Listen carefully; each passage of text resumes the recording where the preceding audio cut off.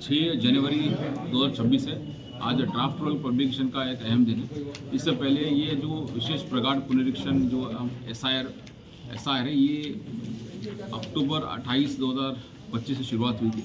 तो 28 अक्टूबर से इसका प्रिंटिंग, इसके बाद डिस्ट्रीब्यूशन के बाद इसका वोटर से कलेक्शन करने के बाद डिस्चार्ज करने के बाद मैपिंग करने के बाद 2 बार BLO BLA की मीटिंग हुई है।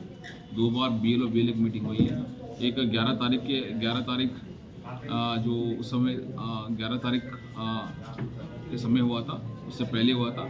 इसके बाद 26 तारीख के बाद BLO BLA की मीटिंग हुई है। BLO BLA की मीटिंग में उस समय 11 तारीख या उससे पहले 26 तारीख के बाद हम सारे ये ESD अनकलेक्टेबल फॉर्म्स है जो एब्सेंट, शिफ्टेड, डेथ और अदर कारण से या डुप्लीकेट अदर कारण से जो अनकलेक्टेबल, वो भी सूचना उनको दे दी गई थी पॉलिटिकल जो BL एजेंट से, और ग्राम पंचायत के सचिवालय पे और बूथ पे और नगर निगम नगर पालिका के क्षेत्र में चस्पा भी किया गया था और एक कॉपी पॉलिटिकल BL एजेंट्स को भी दिया गया है।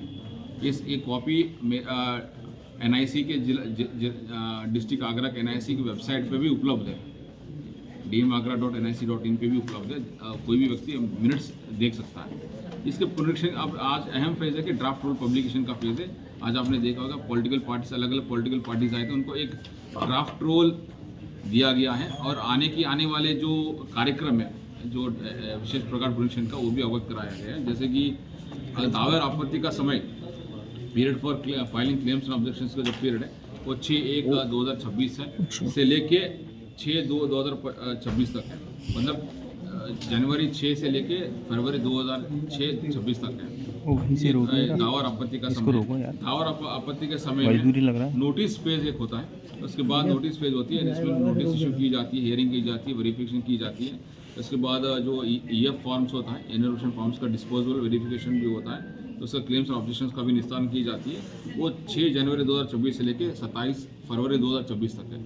6 जनवरी 2026 से लेकर 27/2/2026 तक। इसके लिए अलग अलग लेवल पे AEROs को ड्यूटीज़ और AEROs की ड्यूटी लगा दी गई है।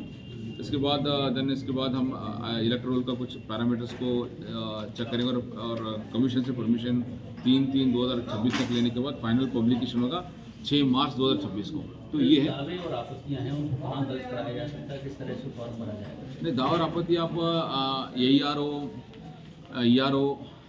उनके ऑफिस में एंड दावा और आपत्ति दी जा सकती है। इसके अतिरिक्त अभी कोई किसी कारण से मिल नहीं पा रहा तो इलेक्शन ऑफिस में भी दिया जा सकता है, ये भी एक है। इसके लिए अलग से एक अधिकारी को नियुक्त की गई है अलग अलग जगह पे। इसके संबंध में डिटेल में हम आपको प्रेस नोट के माध्यम से भी देंगे कि कितना हमारी लगभग 209 ERO है, एडिशनल EROs है बेसिकली 209 को, क्योंकि इसमें अलग अलग विभाग के भी लोगों को लिया गया बिकॉज बहुत सारे लोग चाहता बिकॉज नोटिस पीरियड में इनको दावा आपत्ति सुनने के लिए, तो 209 एडिशनल EROs को नियुक्ति की गई है। उसके संबंध में डिटेल में पॉलिटिकल पार्टीज को भी दिया जाएगा एंड इसके बाद आपको भी दिया जाएगा आज में एंड ताकि वो कोई व्यक्ति दे सकता है। सर, ऐसा लगभग जब वोटर थे 36 लाख वोटर थे, ADS के माध्यम से वोटर कटे, लगभग कितने लोगों के नाम काटे गए और कितने हैं लगभग? देखिए, मैं मोटे तौर पे जो आंकड़े आपने पूछा है कि जो विशेष प्रकार पुनरीक्षण से पहले जो हमारे 2025 वोटर लिस्ट में 36,71,000 वोटर्स थे। इसके बाद जो सबको EF डिस्ट्रीब्यूशन किया गया, करने के बाद जो डिस्चार्ज किया गया, जो EF प्राप्त हुआ है वो 27,63,128 है, लगभग 76.75% है। उसके बाद जो अनकलेक्टेबल फॉर्म्स है, जो फॉर्म कलेक्ट नहीं किया गया अलग अलग कारण से, उसमें डेथ लगभग वो 8,36,943 है, लगभग 23.25% है। इसमें डेथ के केस लगभग 1,06,000 केसेस है और अनट्रेसेबल में लगभग 2,96,000 एंड परमानेंट शिफ्टेड में 3,36,000। उसके बाद ऑलरेडी डुप्लीकेट है वोटर्स ऑलरेडी एनरोल्ड है 54,000 है। देन उसके बाद अदर्स केसेस में 43,000 है।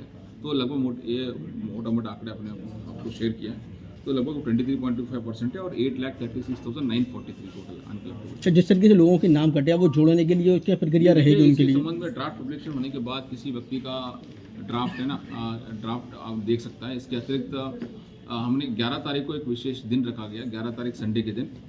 इसमें क्या संडे के दिन इसमें 11 बजे को 11 की तारीख 11 बजे को BLO अपने बूथ पे रह के जो जिसका नाम सूची में इंक्लूड है, जिसका नाम ये इंक्लूड नहीं, अलग अलग कारणों से ड्राफ्ट सूची पढ़ा जाएगा। इसके बाद जो उसके साथ उनके साथ अनकलेक्टेड फॉर्म्स को सूची रहे, किसी कोई व्यक्ति का ड्राफ्ट अगर नाम नहीं आए, घबराने की बात नहीं, तो वो चिंता करने की बात नहीं, वो अपना फॉर्म 6